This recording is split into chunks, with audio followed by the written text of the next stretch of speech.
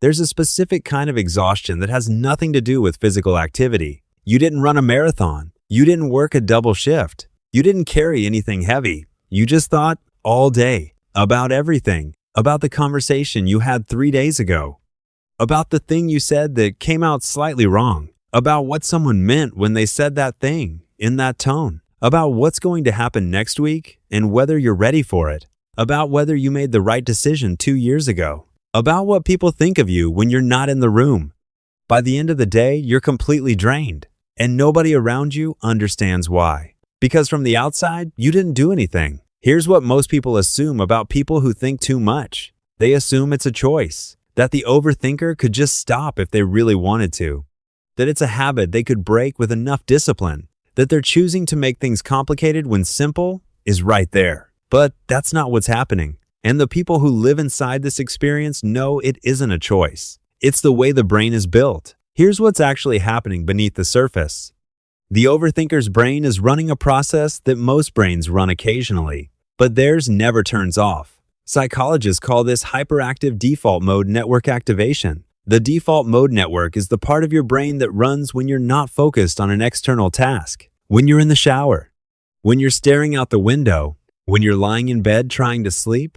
For most people, this network hums quietly in the background. For the overthinker, it runs at full volume, all the time. It's generating scenarios, replaying conversations, running simulations of things that haven't happened yet, stress testing decisions that were already made.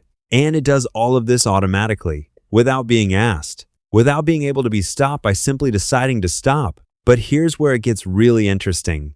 This same system, the one that creates the exhaustion, is also the source of something most people don't talk about when they talk about overthinking. The overthinker's brain is extraordinarily good at certain things. Things that require exactly the kind of deep processing that makes everyday life so exhausting. Detecting problems before they happen. Reading people with unusual accuracy. Thinking through consequences that most people never consider. Holding multiple perspectives simultaneously. Preparing for scenarios that other people walk into blind. The same brain that can't let go of a conversation from 3 days ago is the same brain that notices the thing nobody else noticed. The same brain that replays the interaction on loop is the same brain that understands why the interaction happened in the first place. Psychologists call this depth of processing. And research consistently shows that people with high depth of processing overthinkers score significantly higher on empathy, pattern recognition, and creative problem solving. The exhaustion and the gift come from the same place. But here's the part that most overthinkers spend years getting wrong. They try to fix the thinking. They try to slow it down, stop it, control it, suppress it, and every attempt to suppress the thinking actually increases it.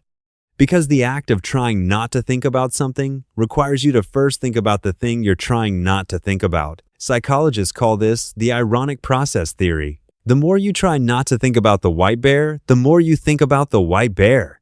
The more you tell yourself to stop replaying the conversation, the more clearly you see it. The more you try to switch off the brain before sleep, the louder it gets. So, what actually works? The first shift is from suppression to redirection. Instead of trying to stop the thinking, give it a direction. The overthinker's brain needs something to do. It's going to process regardless. The question is whether the processing is aimless and anxious or intentional and useful. Writing is one of the most powerful tools for this. Not journaling as emotional venting, but writing as a way of externalizing the loop. When the thought is inside your head, it circles. When the thought is on a page, it has an ending. The brain sees it as processed, filed, finished, and it stops needing to keep it active in the background. The second shift is from problem finding to problem defining. The overthinker's brain is exceptional at finding problems. The skill it often lacks is defining them clearly enough to move past them. Most of the loops that run on repeat are actually underdefined problems. Not real decisions, not real threats, just vague, unresolved questions that the brain keeps returning to because they've never been given a clear frame. When you take the loop and ask, what is the actual question here, the brain often has an answer almost immediately. It just needed the question to be made specific. The third shift is the most important one. Stop treating the depth of your thinking as a flaw. The overthinker has spent years being told directly and indirectly, that the way their brain works is a problem to be fixed. But depth of processing is not a defect.